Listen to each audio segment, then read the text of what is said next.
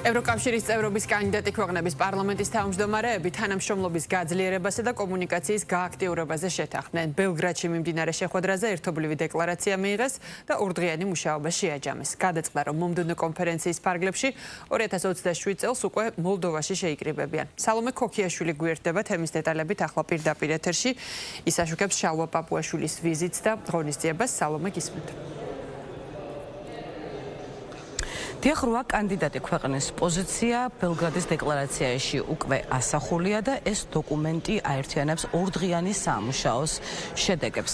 ისევე როგორც ხაზგასმით ამბობს იმას, რომ 8 კანდიდატი ქვეყანა ისინი არ არიან ერთმანეთის კონკურენტები, არამედ არიან პარტნიორები საერთო გზაზე, რომელმაც საბოლოო ჯამში ყველა კანდიდატი ქვეყანა ევროკავშირში გაწევრიანებამდე უნდა მიიყვანოს.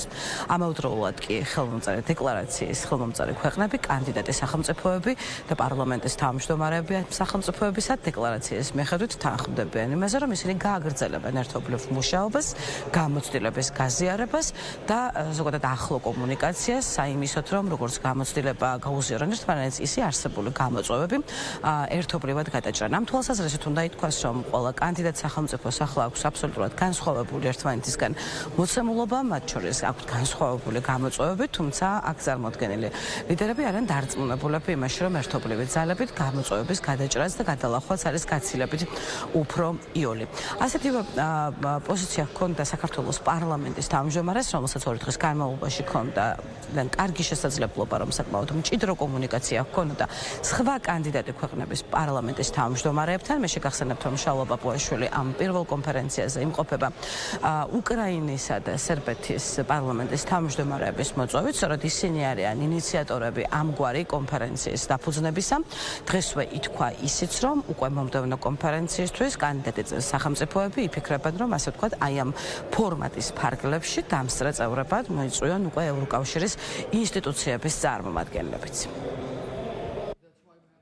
ბელგრადის დეკლარაციის მიღებით ასევე დავადასტურეთ ჩვენი ყველა ქვეყნის ერთგულება ევროპული გზისადმი, როგორც ჩვენი მოქალაქეებისა და ჩვენი ეკონომიკისთვის საუკეთესო გზისადმი, ასევე როგორც მშვიდობისა და სტაბილურობის შემდგომი გამტკიცების საუკეთესო გზისადმი. ამავე დროს კიდევ ერთხელ დავადასტურეთ ჩვენი სრული ერთგულება გაერთიანებული ერების ორგანიზაციის პრინციპებისადმი და საერთაშორისო სამართლის პატივისცემისადმი. უპირველეს ყოვლისა კი მისი ფუნდამენტური პრინციპისადმი საერთაშორისო დონეზე აღიარებული სახელმწიფოების ტერიტორიული მთლიანობის პატივისცემისადმი. ჩვენ ერთად ვაგრძელებთ მუშაობას ევროპულ რეფორმებზე. თანამშრომლობის ამ ფორმატის ფარგლებში გავუზიარებთ ერთმანეთს ჩვენს ცოდნასა და გამოცდილებას. ვეცდებით ერთობლივად გადავჭრათ ევროპული ინტეგრაციის გზაზე არსებული პრობლემები. ამასთან დაკავშირებით შევთანხმდით, რომ უახლოეს დღეებში სწორედ ამ თანამშრომლობის ფორმატის ფარგლებში, რომელიც აქ ბელგრადში შეიქმნა, ერთობლივად მივმართავთ მოწვევით ევროპულ ინსტიტუტებს,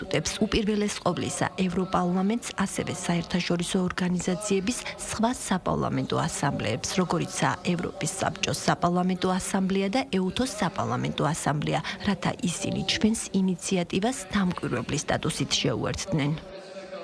ჩვენ შევძელით პირველად ბელგრადში შეგვეკრიბა ევროკავშირის წევრობის კანდიდატი ქვეყნების პარლამენტების თავმჯდომარეები და გულწრფელად გვესაუბრა იმაზე, რომ გაცილებით მეტი რამ გვაერთიანებს. ევროკავშირისკენ ჩვენი გზა სერიოზულ საფუძველს წარმოადგენს ჩვენი შემდგომი თანამშრომლობისთვის და თქვენ სწორად თქვით, ჩვენ კონკურენტები კი არა, პარტნიორები ვართ ამ გზაზე. ჩვენ უნდა გავუზიაროთ ერთმანეთს წარმატებები, უნდა გავუზიაროთ შეცდომები, უნდა გავუზიაროთ ჩვენი თანამშრომლობის შედეგები, რადგან ყველას ერთი გზა გვაქვს, ევროკავშირისკენ მიმავალი გზა.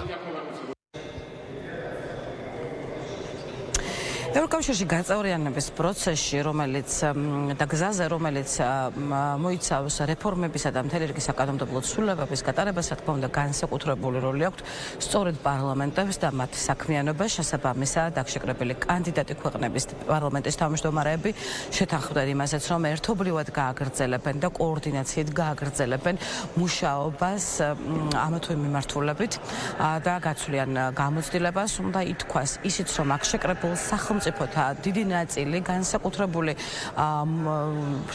აქ შეკრებილი სახელმწიფოთა დიდი ნაწილი უახლოეს რამოდენიმე წელიწადში სწრაფგაწევრიანებას მაინცა და მაინც არ ელის, ვინაიდან ისინი თვლიან, რომ თავად ევროკავშირიც უნდა მოემზადოს იმისთვის, რომ რეალურად თავად იყოს მზად ახალი წევრების მიღებისთვის, თუმცა შეკრებილი პარლამენტის თავმჯდომარეები შეთანხმდნენ იმაზე, რომ ერთობლივად იმუშავებენ რეფორმებზე, ექნებათ მჭიდრო კოორდინაცია, რაც პირველ რიგში გულისხმობს იმას, რომ თავად ამ ქვეყნებში წინ წავიდეს პროცესი და გადაიდგას ისეთი ცვლილებები, რომელიც პირველ რიგში ამ ქვეყნებისთვის იქნება სასიკეთო.